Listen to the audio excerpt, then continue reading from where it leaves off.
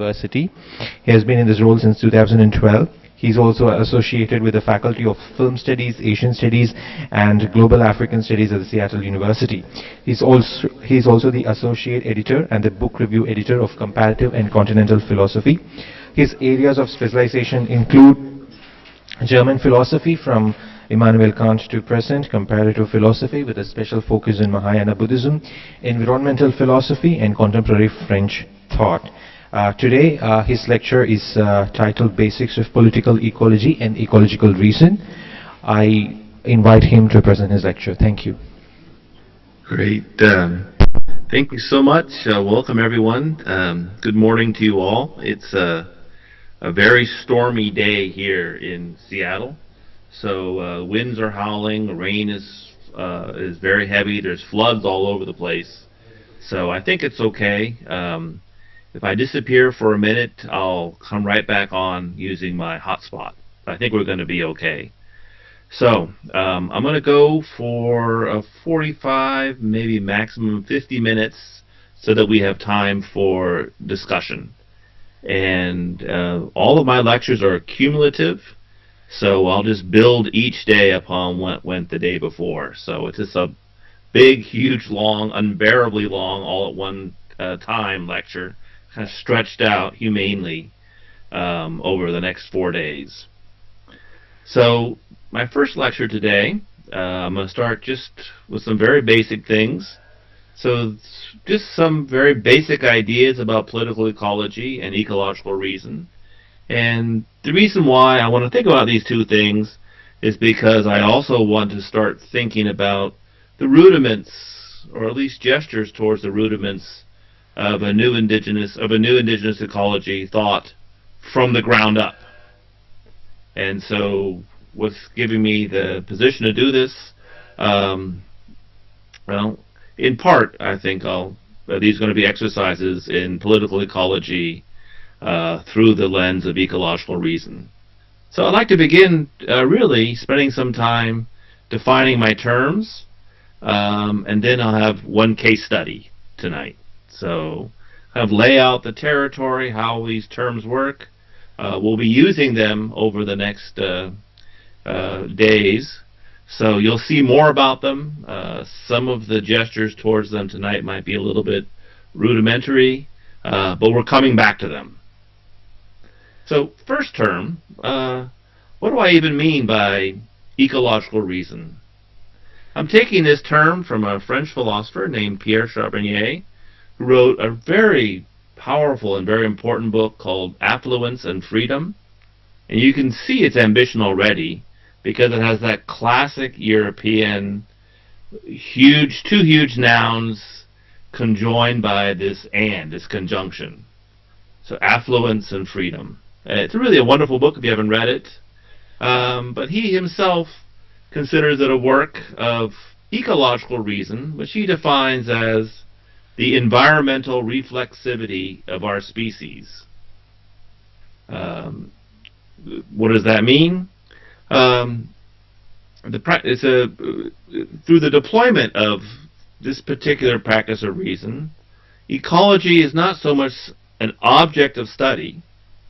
So ecological reason is not taking ecology as reason's object, but rather it's a particular use of reason that's less the object ecology and more a point of view. The ecological analyst demonstrates his or her versatility by focusing on any social doctrine and reconstructing its relevance from their relationships to the material environment that are seen as possible or impossible. So one of the things that's powerful about this is ecological reason doesn't have to make the following claim. In the 19th century, so-and-so, let's say, or I don't know, maybe 1776, Adam Smith publishes The Wealth of Nations, and wow, oh wow, he knew it was going to be an ecological disaster, and he didn't care. It's hard to imagine that thought could have been present to anybody in 1776, but that's not the issue. What is it to read The Wealth of Nations from the ecological, from the perspective, from the point of view of the ecological crisis?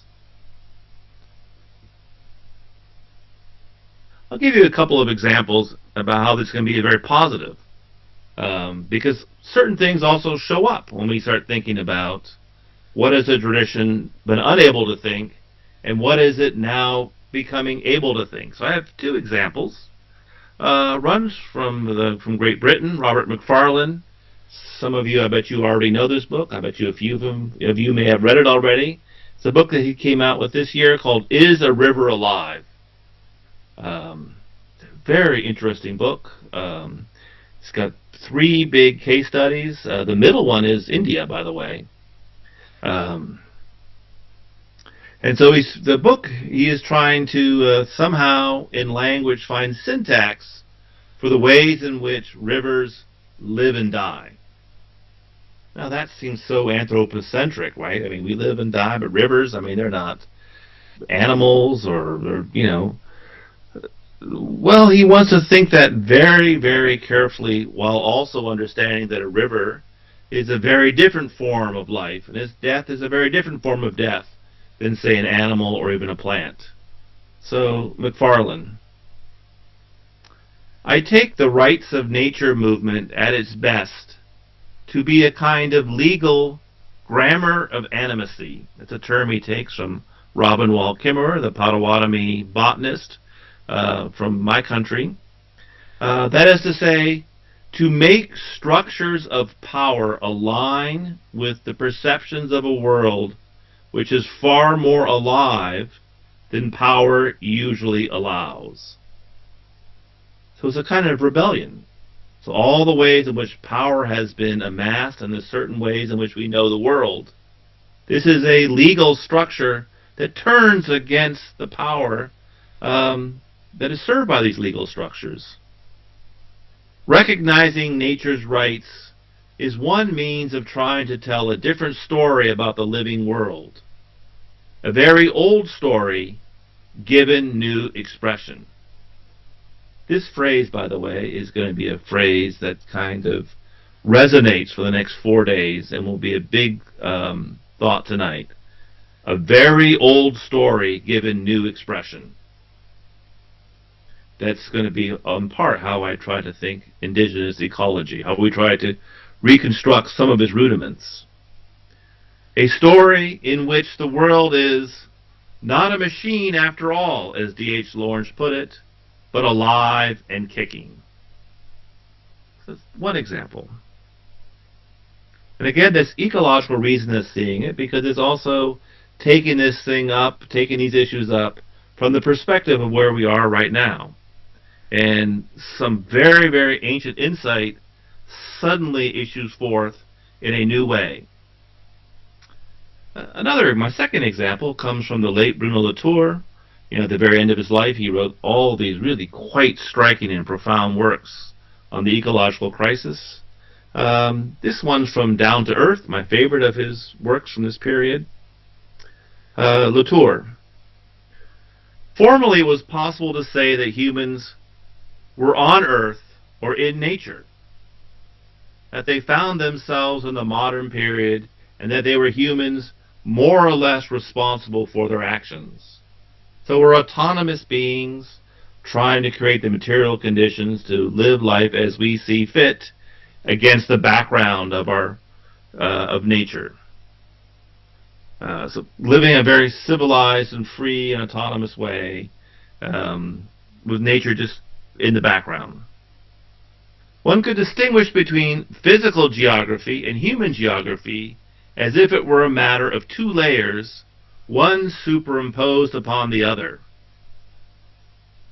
But how can we say where we are if the place on or in which we are located begins to react to our actions, turns against us, encloses us, dominates us, demands something of us, and carries us along its path?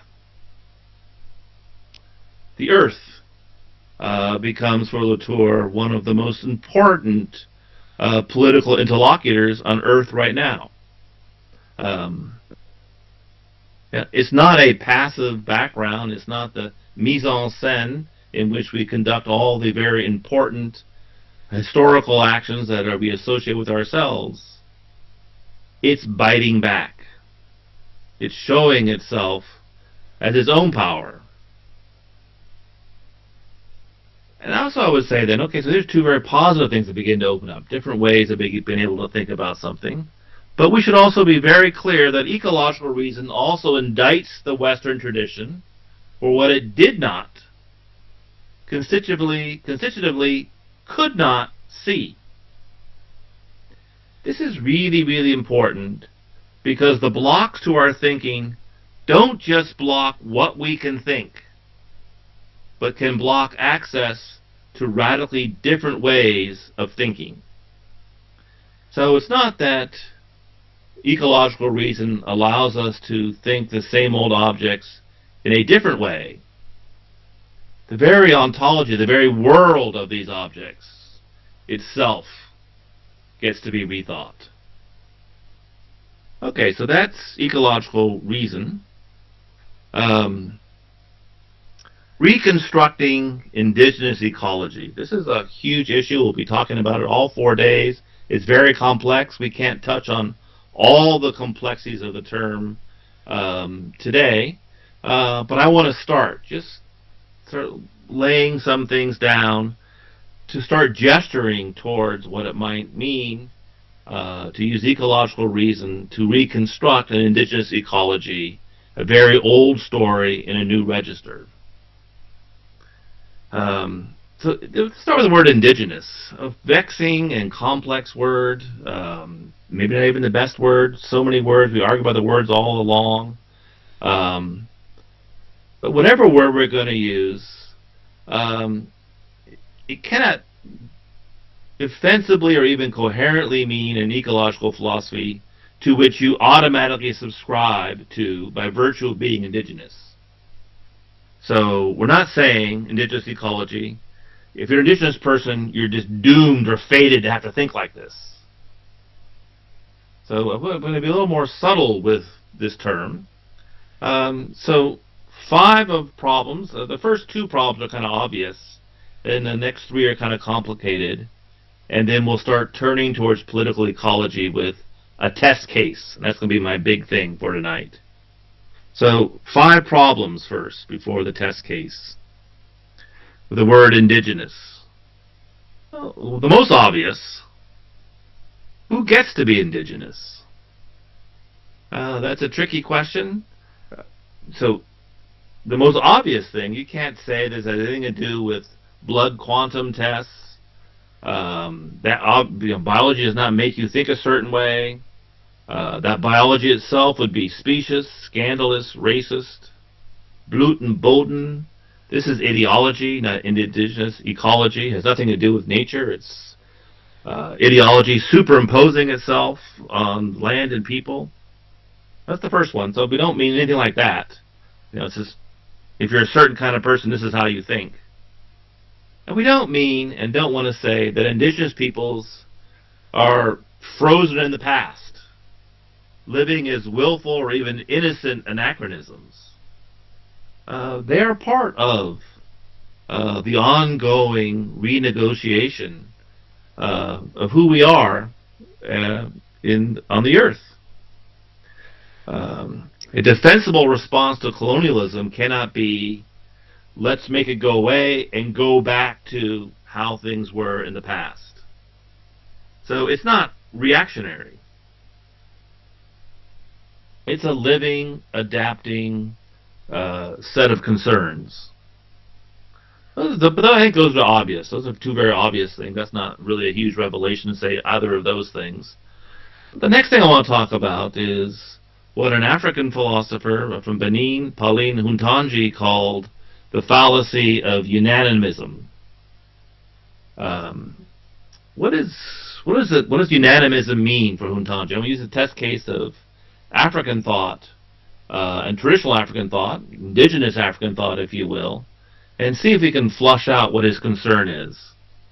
So let's look at an example.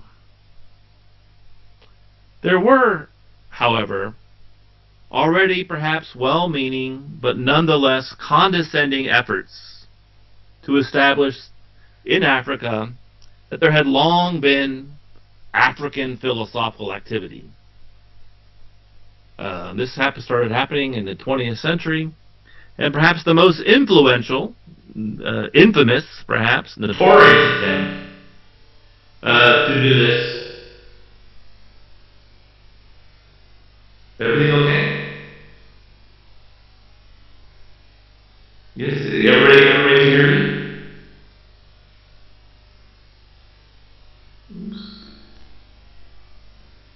Is there, can everybody hear me? Yes? Okay.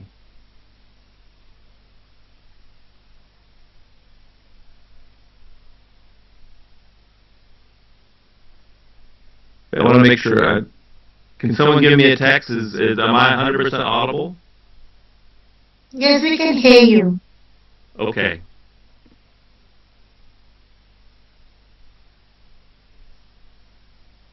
So the most infamous was the Belgian Franciscan missionary Placide Tempels, who worked for almost 3 decades in what was then called the Belgian Congo. And in 1945, he published La Philosophie Bantu, Bantu Philosophy, English translation, 1959, arguing that the analysis of Bantu languages revealed that Bantu-speaking peoples regard being itself as force. Bantu culture was consequently inherently philosophical, Father Temples argued. It's interesting because he's saying all this, but this is the Belgian Congo. And strikingly, he did not consider the deaths of millions of Bantu-speaking peoples in the brutal Belgian rubber extraction economy to be of pressing philosophical relevance to them. But if one were to reverse the gaze, Temple's gaze, however, and examine the European philosophical traditions, one might see that the Bantu language is, and I believe it is, of great interest to a philosopher. But that does not mean that it is philosophy. Did Socrates think like all the Athenians? Is that why they put him to death? Did Spinoza think like all the other Jews of Amsterdam? Is that why they excommunicated him? Huntanji dramatically intervened into the absurdity and arrogance of this situation. In his most famous work, African Philosophy, Myth and Reality, he rejected the ethnographic myth that one can derive the philosophy of a people simply by recording their shared cultural practices. Even if sharing a cultural practice is not the same as critically reflecting upon it, it is not even the case that there are cultural and linguistic groups where everyone thinks in unison. Who are these people who never disagree with or who never challenge each other? Approaches exemplified by Temple's ethnographic yet uncritical study assume for Huntanji an imaginary unanimity, the action of a collective system of thought. And Huntanji called this canard the dogma of unanimism. So Spinoza gets to be a single person, but the Bantu people only think philosophically as a people. And of course they all agree, they have no philosophical disagreements. On this point, Huntanji saw eye to eye with another celebrated African philosopher, Mudimbi, who had been born in the former Belgian Congo. And Mudimbi distinguished the practice of philosophy from the tacit operation of a worldview. The latter may and often is of interest to a philosopher. It may reflect the vestiges or the seeds of philosophical work that was once done, but it is different from the intellectual practice of philosophy, which works on worldviews. It is easy to appreciate Huntanji and Mudimbi's point that there was never a culture in which every citizen was a sage. Philosophy itself is possible because we do not all think alike. It is an exceptional activity engaged in the critical evaluation of a culture's received beliefs and values. So I want to say, indigenous ecology then, it's not some kind of default mode in which everyone's thinking a certain way. It really represents ancient practices that were very powerful, but it continues to be renegotiated by those who philosophically scrutinize and develop and rethink their traditions. This being said, if we're going to reflect on a culture's received beliefs and values, we need, however, to scrutinize philosophically and radically not only our own philosophical beliefs, but also the ontological and ideological worldviews, if you will, that grant and sustain their intelligibility. Otherwise, we remain centered on the vestiges of coloniality that obscure the challenge of some of the traditions of pre-colonial indigenous ecology. Europe does not own the measure or yardstick of what radically matters as philosophy. And I'll give you an example then of what it might mean to say, well, how is this encounter going to happen? Well, it happens not from one world staring down another world, or the world interrogated explaining itself to the interlocutor world. It happens in between worlds. And my example for this would be the Kyoto School, the famous Japanese school of philosophy in the early to mid-20th century, centered mostly around the city of Kyoto, although a little bit in Tokyo, in which the Japanese tradition and the European traditions, it was not Japanese thought packaged for European consumption. It was not Japanese trying to show that they too were European in a Japanese way. It was thinking between two worlds, thinking adapting itself for the meeting of two worlds, thinking finding itself between two worlds, neither with which, left to its own devices, had the means to be able to make it self-understood to the other world in the same way that it understood itself. So that's number 4. Number 5, I would say by indigenous ecology, we also have to consider what Guattari and 3 ecologies called transversality. Because Kate mentioned yesterday, this nature culture, wild culture, that's not even a distinction for most indigenous people. That's a European distinction, it has its own lineage. But it also kind of makes the problem of ecology, well, that's the stuff we do out there in the woods, or that's a national park where everything is left to go wild and be pristine and all these things, and cities, well, they're the opposite. That's a place of culture. In the wild, nature does as nature does. In the cities, we make our own way. These kinds of dualisms also partition the problem of ecology from other intersectionally important issues that we normally associate partitioned off with issues of social justice. So, given that these colonial legacies do not merely obscure our heuristic sensitivities, but are enduring violences on cultures and their peoples, it is critical to think the ways in which indigenous ecology is not simply obscured by colonial interests at a radical level. It is that, of course. Indigenous ecology is also inseparable from decolonial modes of thinking and living. They are not competing goods, but rather interwoven into the same ontological web. So we heard all about that yesterday, and I would simply say that's spot on. I think Kate's points were spot on this issue. Transversality in Guattari's 3 ecologies broadens ecology so that it cannot be falsely pitted against a competing interest with the many other worthy justice claims of our species. Guattari confirms this, and I quote, "Ecology must stop being associated with the image of a small nature-loving minority or with a qualified specialist.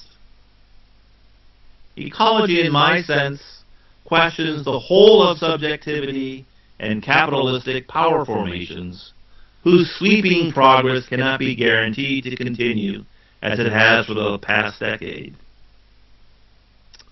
Bruno Latour, who we heard about earlier, has his own version of transversality and makes this very important point in his own way. I quote Latour, "Why have ecological considerations traditionally been so weak? It is because they have to choose between ecological and sociological considerations." End quote. In a sense, it is both human arrogance and painfully ironic to pit decoloniality against climate change activism as if it were an exclusive disjunction.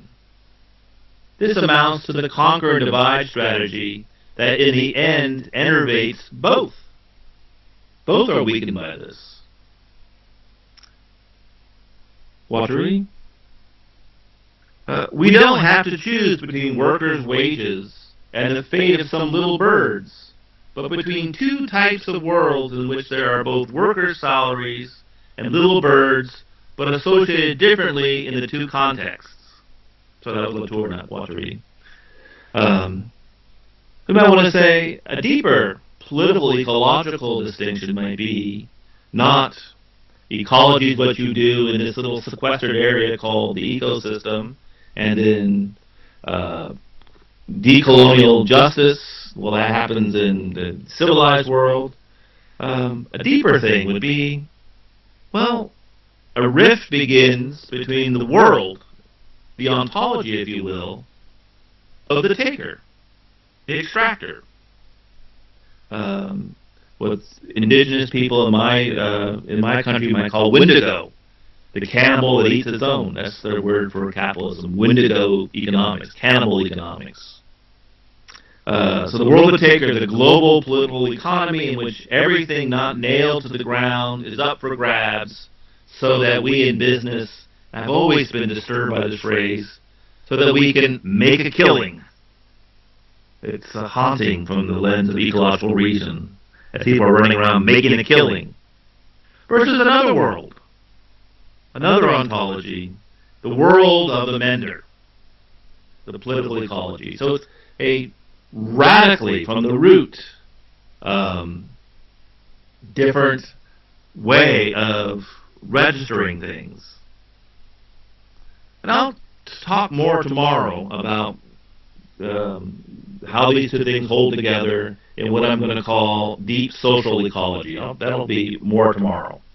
But I want to turn now, in my last 15 or 18 minutes, to my first experimental test case. There are many cultural contexts that must be considered, as well as a serious consideration of the power of stories in promoting the love of wisdom and the awakening of the ecological mind. So one of the things that's quite striking about indigenous ecology, as we try to rethink it, as we try to reconstruct it, it relies very, very heavily on stories. And we start saying, well, I mean, stories, isn't that literature? How could that be philosophy? It's making literary claims. It's not really as serious as science or something like that.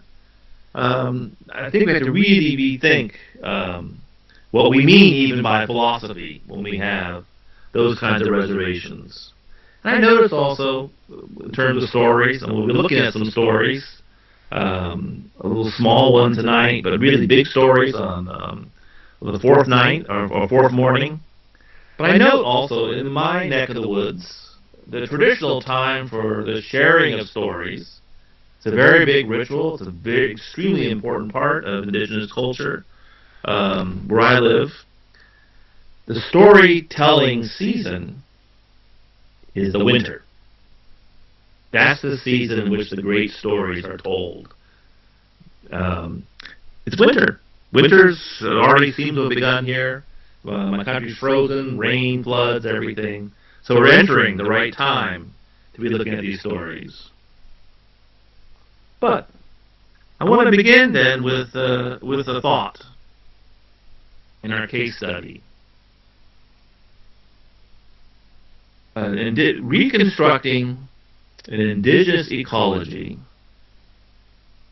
it is not a dialogue with indigenous thought.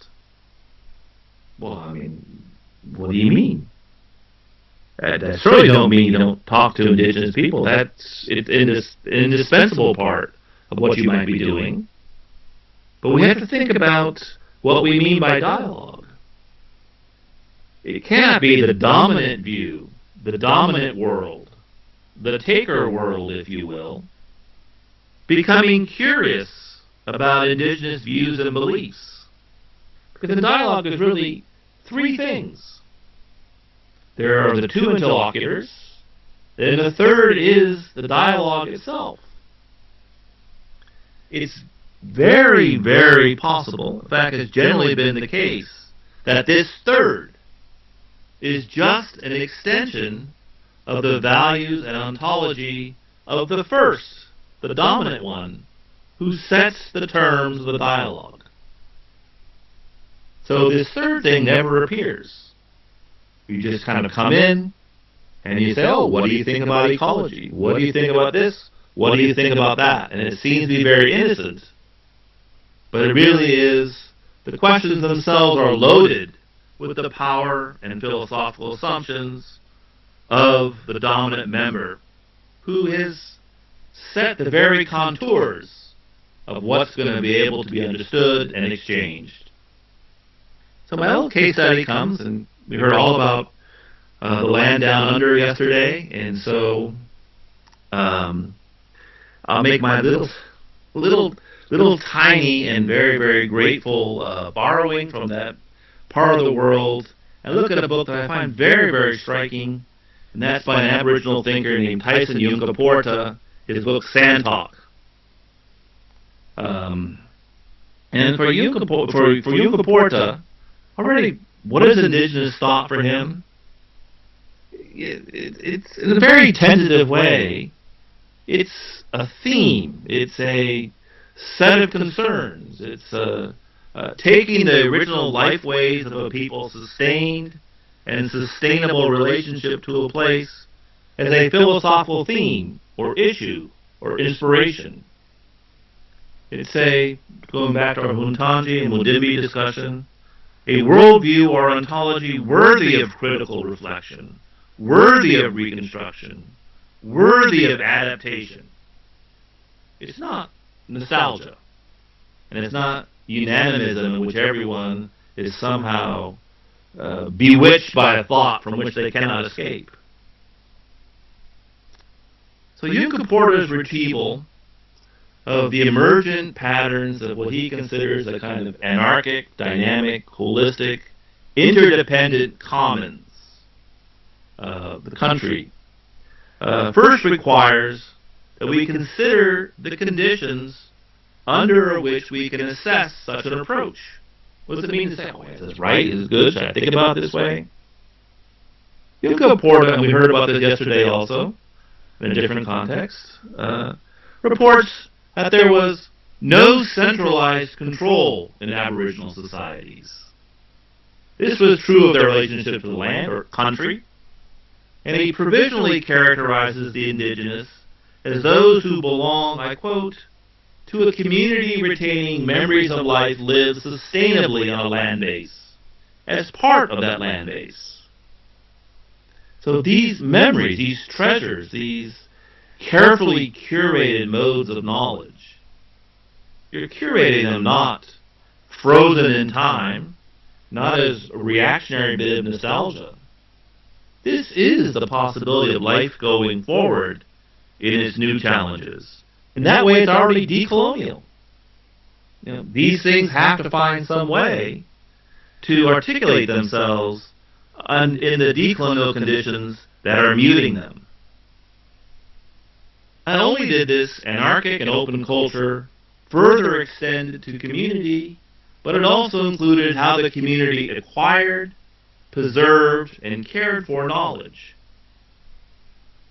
Western academic knowledge practices, which I've spent 30 years involved in as a teacher, however, tend to be centralized and assume that they can administer the practices of knowledge acquisition, both among themselves and in their encounter with others, including indigenous cultures. This degrades the hybridity, the world meaning of dialogue, into monologue in one side's unilateral control over what matters as knowledge. There is no naive meeting halfway, because indigenous knowledge acquisition and curation does not really even finally, ultimately appear legitimately as knowledge to the colonial interlocutor. The model of dialogue is consequently not the expectation that we can find a middle ground between the two approaches. So in the United States, my poor, beleaguered, falling apart disaster of a country, we like to have journalism by saying, if I say X, I then find someone who says the exact opposite. And we cover both extremes under some naive hope that the truth is somewhere in the middle. So I might say, I believe in gravity. Another person was, oh, I gotta find somebody. No, there is no gravity. And we report on both sides, and people think, oh yeah, it must be somewhere in the middle. Maybe there's gravity, not gravity. Indigenous Aboriginal thought, however, does not occupy one of the two sides. It's not the indigenous side and the European side, and I don't know, maybe the truth is somewhere in the middle. We'll meet and we'll compromise, and I don't know, maybe some Hegelian Aufhebung will somehow hold on to some new third. It is itself already the middle. It's not one of the two sides. It is the third term in dialogue. Neither the action nor the reaction, but rather the thing in between. I think that's really, really interesting. The master patterns that emerge of their own, much in the matter, we might say, in a European context, the matter of the middle voice, in the open systems, comprise what Juncker calls the law, and this is the authority that shapes and regulates dialogue to keep it within the sustainable patterns of creation. Meaningful dialogue is not possible within the prevailing epistemic enclosures, but rather only in the anarchic, holistic, dynamically emergent encounter that is at the heart of indigenous thinking.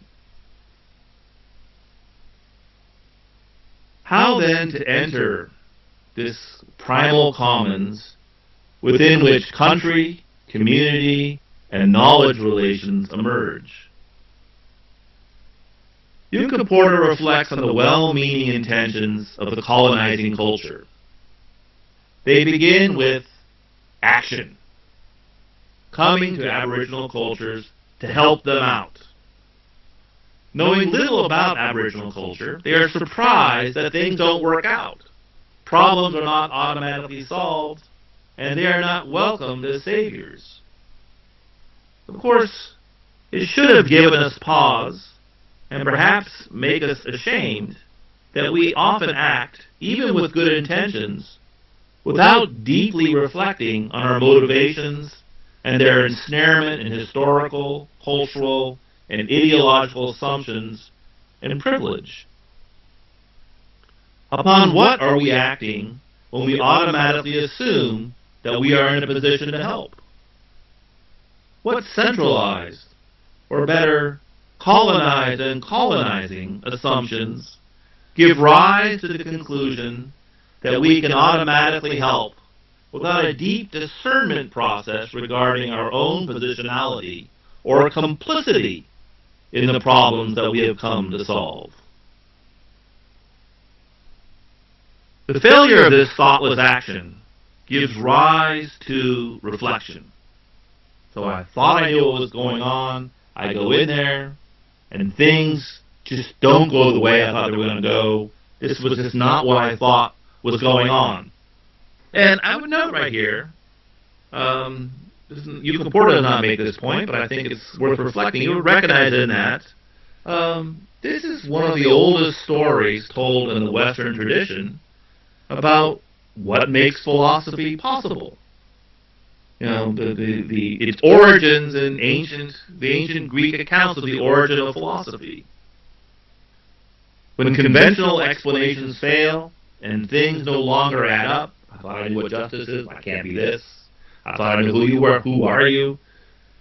We are stunned with wonder, and the hold of habituated expectations loosens before a tauma, something strange and anomalous.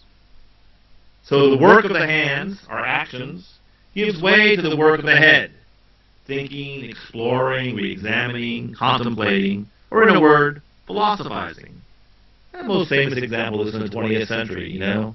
I never think about the hammer in Heidegger's Being and Time. I'm just hammering away, the hammer breaks, I look at it, ooh, what is this?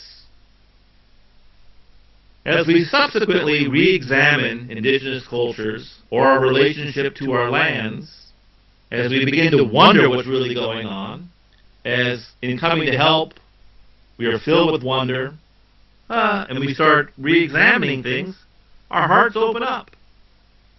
We recognize past injustices, as well as the catastrophic impact of our economic and political systems on the land. And finally, at least for some of us, we develop newfound respect for the land and their original peoples.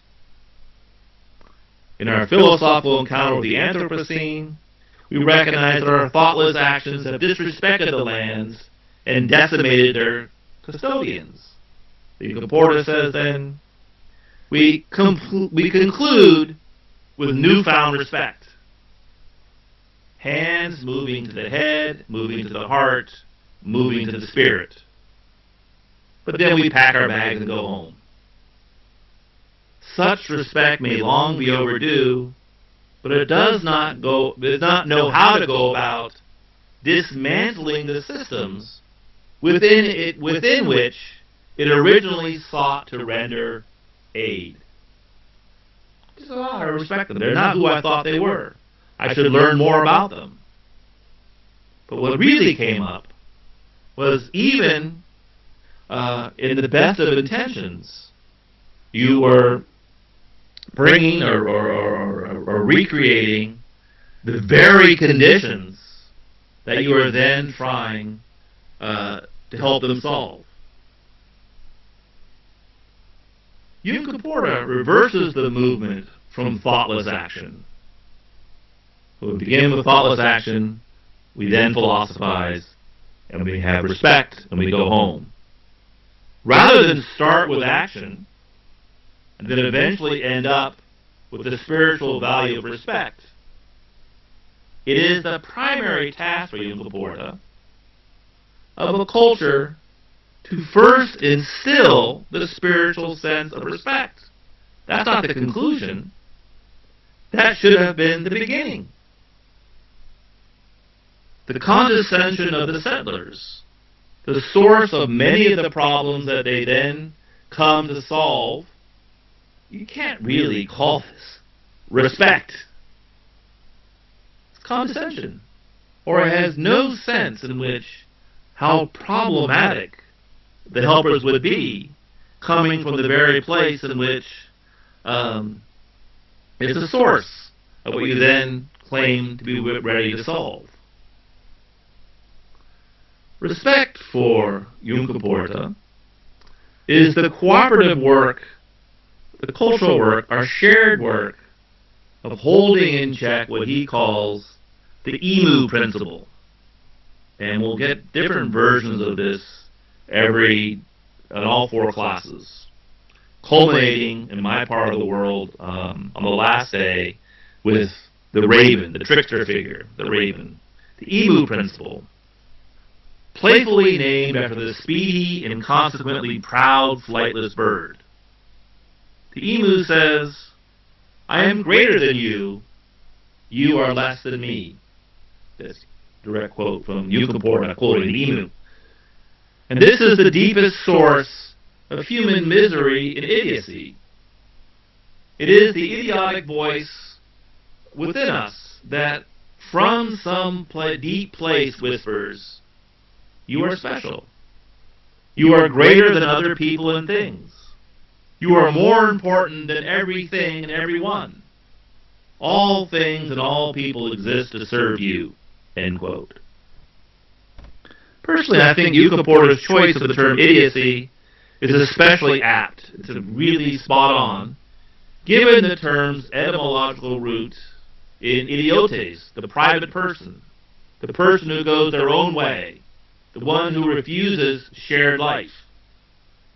The idiot emu takes things for themselves, privatizes the world and other people by exploiting the land and dominating others.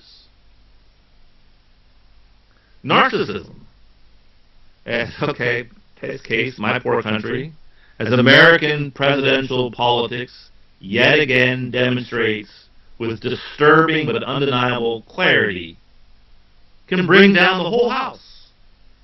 And as Yucaporta warns, it destroys the basic social contract of reciprocity, a key to global indigenous culture. We'll talk about reciprocity more in the third lecture. Okay, I'm going to stop there right now, but I'm just going to say, to setting up for next class, two things, just two concluding thoughts. One, this particular exercise I'm trying to show, it reminds me of something that Nishitani once said. He's one of the great thinkers of the Kyoto school. Once said about Nietzsche's own countercultural trends in Greek culture and his own relationship to the Zen tradition. He called this prophesying toward the tradition. So tradition not as the old ways stuck in the old times, but the new old.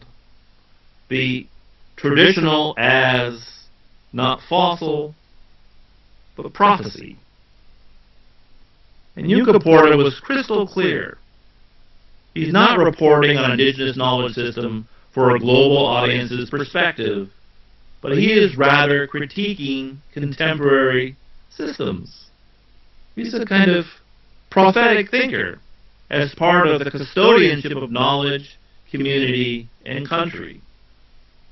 This is the work of resistance and hope, that is, the cultivation of respect for the commons, out of which we hope to free the future and liberate the space-time of land, community, and the heart-mind. So, I'll start tomorrow then with the primacy of political ecology, a little bit more why that's coming up right now in this prophesying the tradition context.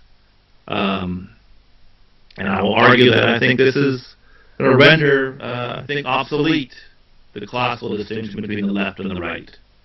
Okay, that's what I have for tonight. We have 10 minutes for discussion. I'm very anxious for your comments, corrections, and inquiries. Thank you, Professor. The floor is now open for discussions.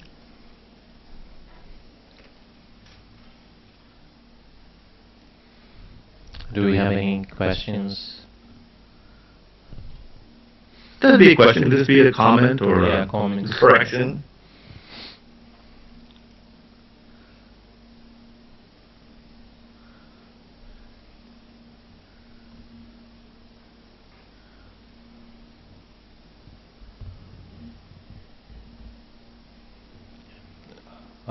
Professor Rigby has a question.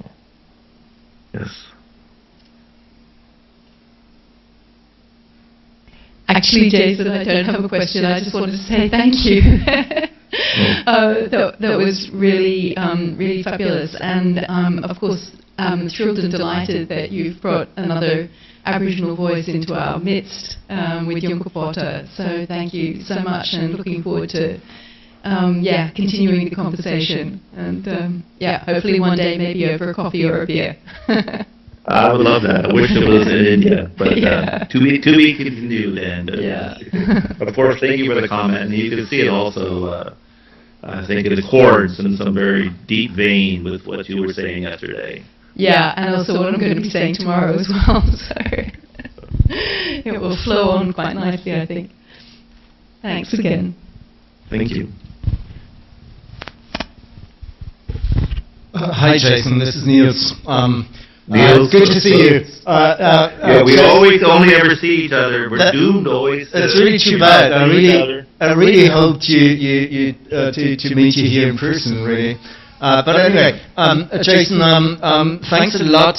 This is the second time within weeks that Juncker Porter, that I encounter Juncker Porter and this conversation with him.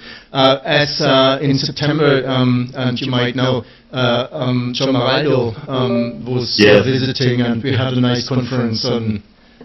Basically on Heidegger and Nishida, but about these topics, the ecology, politics of ecology, and the question whether plants and animals and stones still have a world.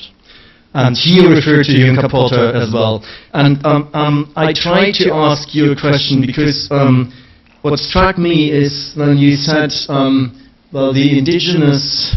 And let's take Juncker Porter as an example, is not on one or two of the sides in this conversation between well, the maybe let's say our I don't know, Western account of philosophy and the indigenous, but already is in the middle. You said something like this. Yes. Yeah? It's already Yes. it's already the third place, and I think this is quite interesting, and I would love to learn a little more about your idea, what follows from this, and maybe to just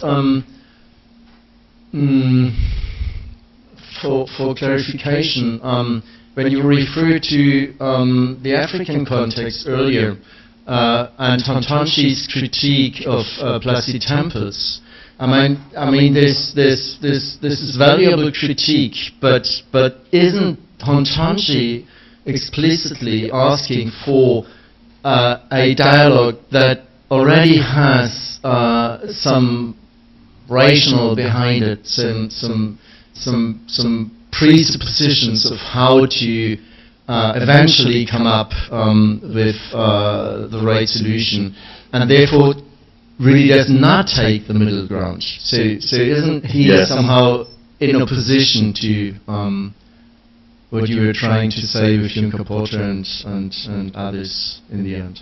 Yeah. Well, first of all, Niels, thank you so much. Some little contextual notes. Niels and I were all ready to meet each other in Tübingen, and then there was COVID, the pandemic, the lockdown. And we just every year we try to meet, and every year something happens, and now here I am, I can't even stand up. And with John Maraldo's a good friend. We've been having a long discussion over the last few years on these very issues. Reading Juncker Porter, I told him, John, you need to read Juncker Porter. So that's where it's coming from. So the little meeting place you and I met through the third, John Maraldo. And we have a long discussion about that. Now, to the more important point about Huntanji, I completely and utterly agree with you. Huntanji is a European-educated philosopher, and he shows what's powerful and beautiful about that, but also what his limitations are. I mean, he was a Ricoeur student, for example, so it's a kind of very open sense. But I'm only taking from Huntanji not his deep classical sense of what belongs to philosophical activity in a proper manner. Just simply taking two things. One, unanimism. I think that's just a very powerful critique.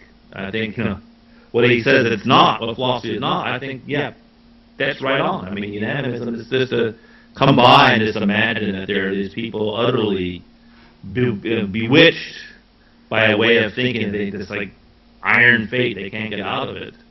This is the worst of anthropological arrogance. You kind of come in, you find one person from a village and say, tell me what everyone thinks. You know, the so-called witness for anthropology. And I think all that stuff has been really discredited resoundingly in recent years. Then the second thing I would say is, yeah, philosophy is also really reconstructing, thinking, adapting, but it's doing these things from where? From on high, from a position in which you know what philosophy is, from one side of the interlocution in which you set the terms of the interlocution, or from the middle, from respect, from, I think, one of the things that involves indigenous ecology that's a hard thing to talk about in today's extremely egomaniacal world is your ego is a big problem. Yunka Porta puts it very strongly. You're no better than a rock. That's not a demotion. That is, you need to remember that you're part of a world. You're not an exceptional part of the world. Chief Seattle's famous letter, you know, rocks and soil are sacred. And he, of course, picking rocks and soil, he knows that that's going to tease out the arrogance of the settlers in my area. You know, like, I'm okay, maybe my dog, maybe my cat, that's almost as good as me. But the human exceptionalism, that's devastating both within our species, and it really is also one of the many symptoms of the Anthropocene, of an extraordinarily disassociated relationship to the web out of which we have our life and our philosophy.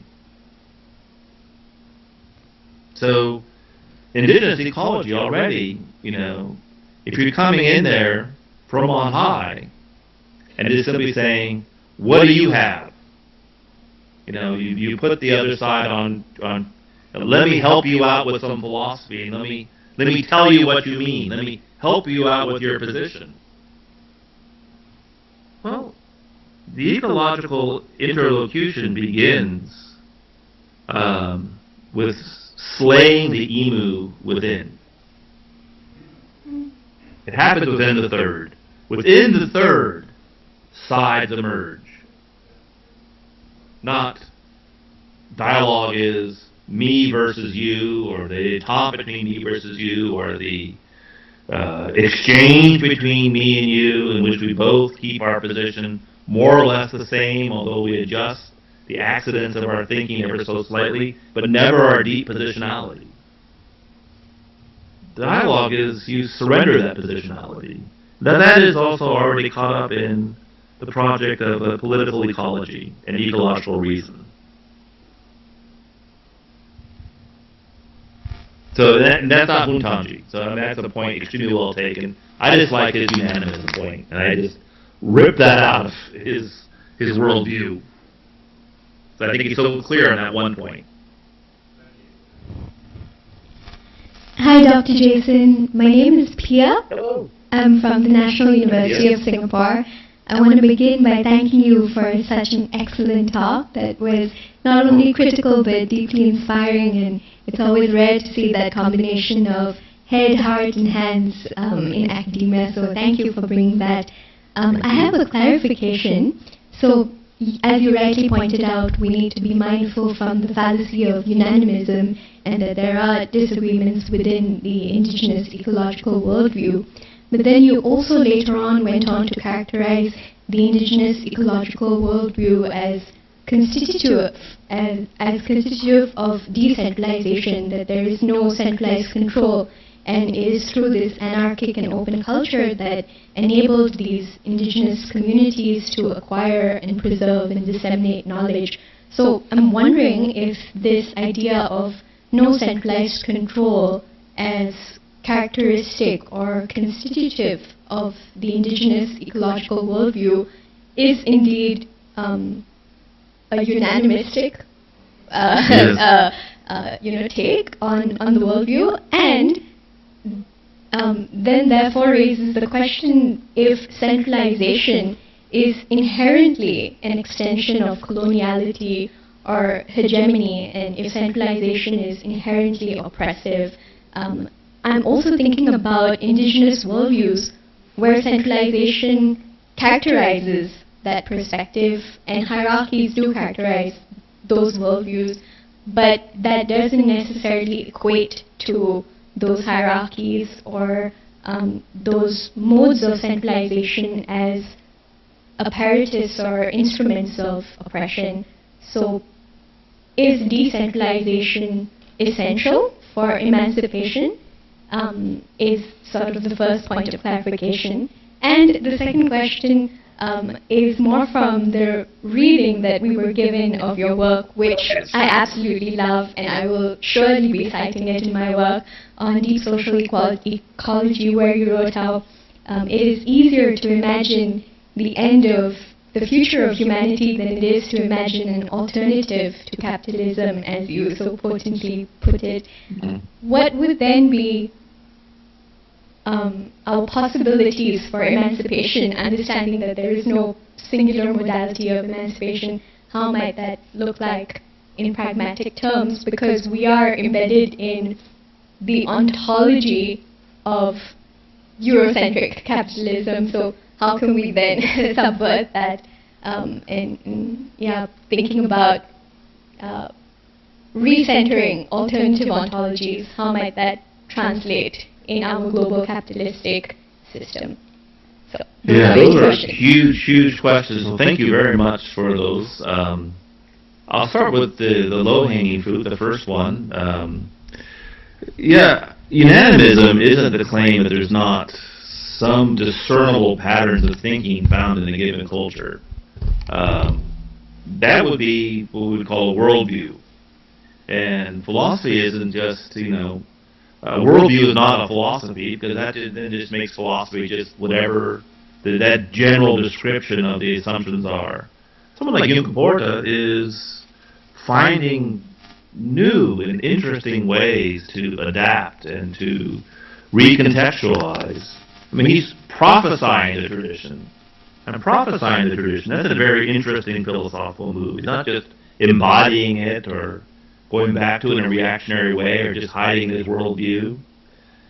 He uses an extraordinary range of references that would have been unimaginable 100 years ago for the Aboriginal people, including physics and philosophy and politics.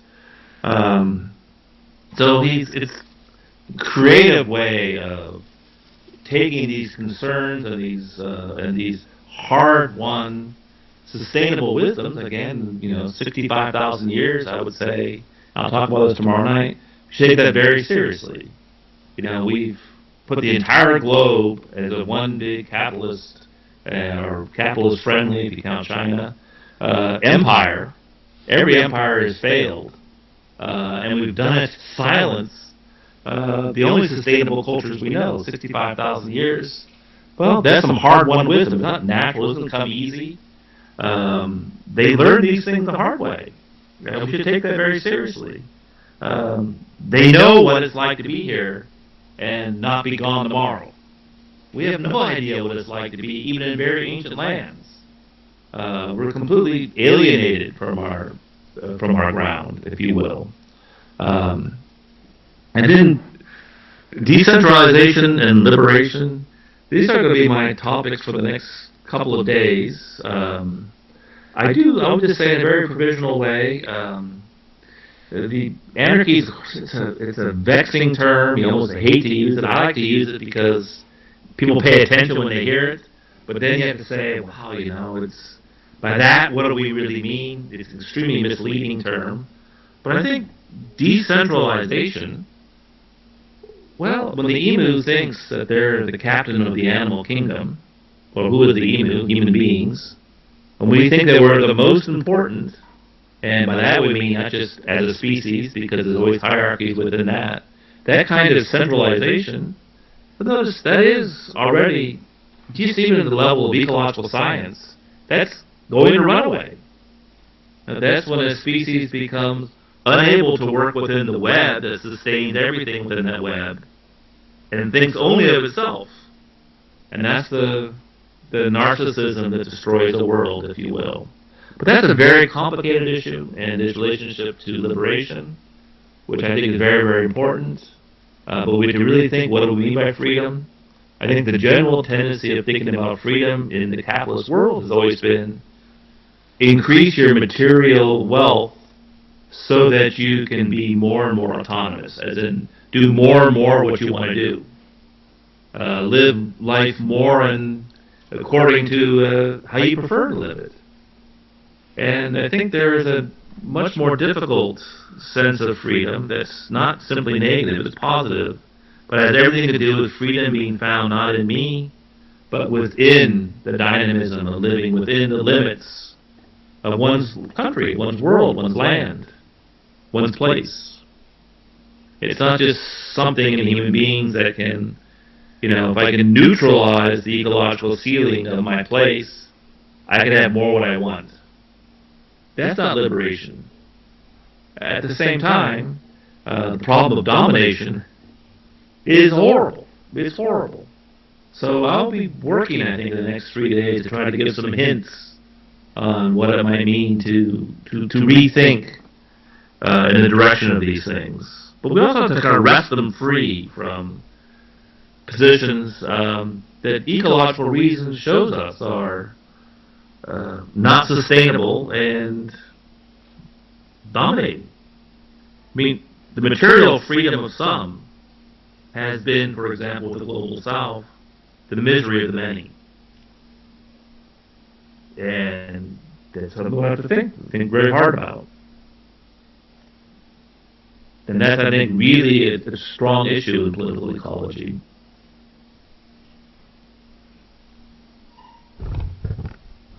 Thank you. Thank you. Thank you very much, Professor. I think we shall conclude this lecture. Thank you very much for joining us. We'll meet you tomorrow. Tomorrow we'll be meeting at 10:30 a.m. IST, Indian Standard Time. Yes, one hour earlier. Yes. Thank you very much for joining us today. Thank you. And thank you all so much. Thank you. And thank you for the excellent questions.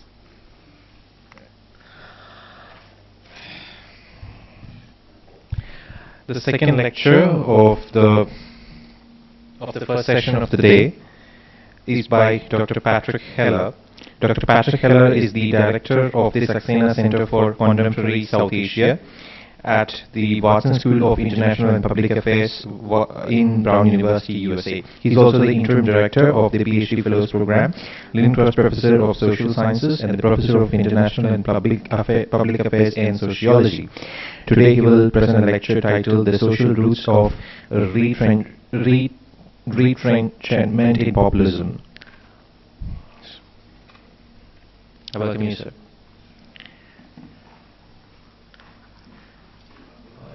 So how much time do I have? Totally 1 hour. 1 hour. Yeah, so let me begin by thanking Dr. Ross and all of you for organizing this event and taking such good care of us. And it's been a learning experience for me. I have to begin with 5 apologies. One, I don't study decoloniality. I think everything I know about it I've learned in the last day and a half. I don't study political ecology. I'm not from the humanities. I'm a sociologist. And I don't study reconstructing indigenous ecology. And I'm not a theorist. I do empirical work. So I'm actually going to show you some data, some charts, make some comparisons. But I do want to center the idea of democracy. I especially after Kate's talk and then listening to Ajay yesterday, I reorganized my talk a little bit because we're all thinking about progressive projects to preserve indigenous populations and the environment, and we've done a lot of critique and I've heard a lot of new theories but I haven't heard much about the institutions, the politics, actually make progress towards a different configuration of outcomes.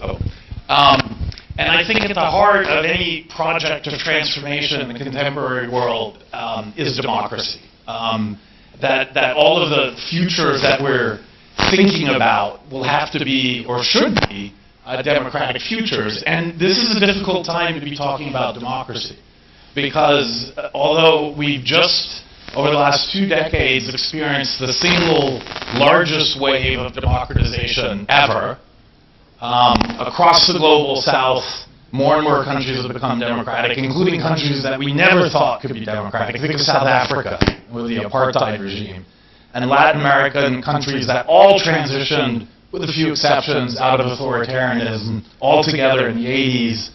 And then, of course, Indian democracy has been relatively robust, although some would argue it's in a moment of crisis. And yet, there is this global crisis now. So if we want to be thinking about when and how democracy can be part of a project of progressive transformation, we have to start thinking about, for changing the slides, yeah. We have to start thinking about why there's this crisis. And I want to begin, we shouldn't take democracy for granted. We have to be clear about why we think democracy is important. And oops, so the quote's not fitting on the page. And is there any way to take this thing away?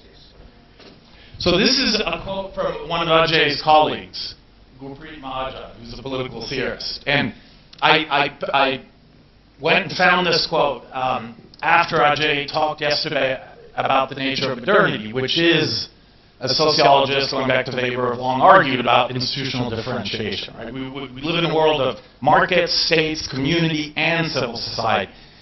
And the mechanism through which those 4 spheres of life that define our existence, at least for those of us who are, quote, in the so-called modern world, the mechanism of coordination across those systems is democracy. Right? And without democracy, the danger is that the market colonizes community, or the state colonizes civil society. It's rarely that civil society controls the state or the market, right? And it's only through democratic practices and institutions that you can preserve an effective balance between those 4 spheres. And this quote, I think, is really useful because it goes, we talked a lot about the modern world homogenizing, and yet, as Ajay said, there's real possibilities for difference in the modern world. And the mechanism through which we preserve and nurture difference is democracy. So this is a quote from Gurpreet: no society is free of differences. Differences of wealth, status, interests, functions, talents, and opinion exist in every society. The particularity of democracy is that it does not privilege any one kind of difference. And of course, it's the ideal type of democracy. Rather, it distinguishes between 2 sorts of differences: those that are sources of inequality in society and those that protect and nourish creativity. The former, that is, the inequalities, in its view, are to be overcome. Democracy wants to overcome basic inequalities, while the latter are to be nurtured and celebrated. So differences of identity, religion, indigeneity, etc., are protected in principle by democracy. It is in this twin conception of difference that equality and freedom find a place in democratic theory. I think this is a profoundly important way of normatively understanding the importance of democracy. Now, the post-colonial literature that I'm familiar with is within my discipline, sociology, where it's grown very dramatically, and it's been very influential, and I think it's pushed us to sort of rethink a lot of our taken-for-granted consumptions, especially in the development literature. But at times, I think it's made the mistake of assuming that democracy in the global south is this very thin sort of colonial legacy that just reproduces elite power. And there's not much discussion of democracy in some of the post-colonial literature, which to me is deeply problematic, because democracies in the global south, not all democracies, but many, have been profoundly transformative. My first book was a case study of the Indian state of Kerala, where democracy has profoundly transformed people's well-being, material lives, has produced levels of social development that are almost equal to the United States today, 1/10 of the per capita income. Right? Think about that. 1/10 of the per capita income, you have the same rates of literacy, low infant mortality, educational achievement as you do in the United States. In fact, Malayalis have lower infant mortality than African Americans in the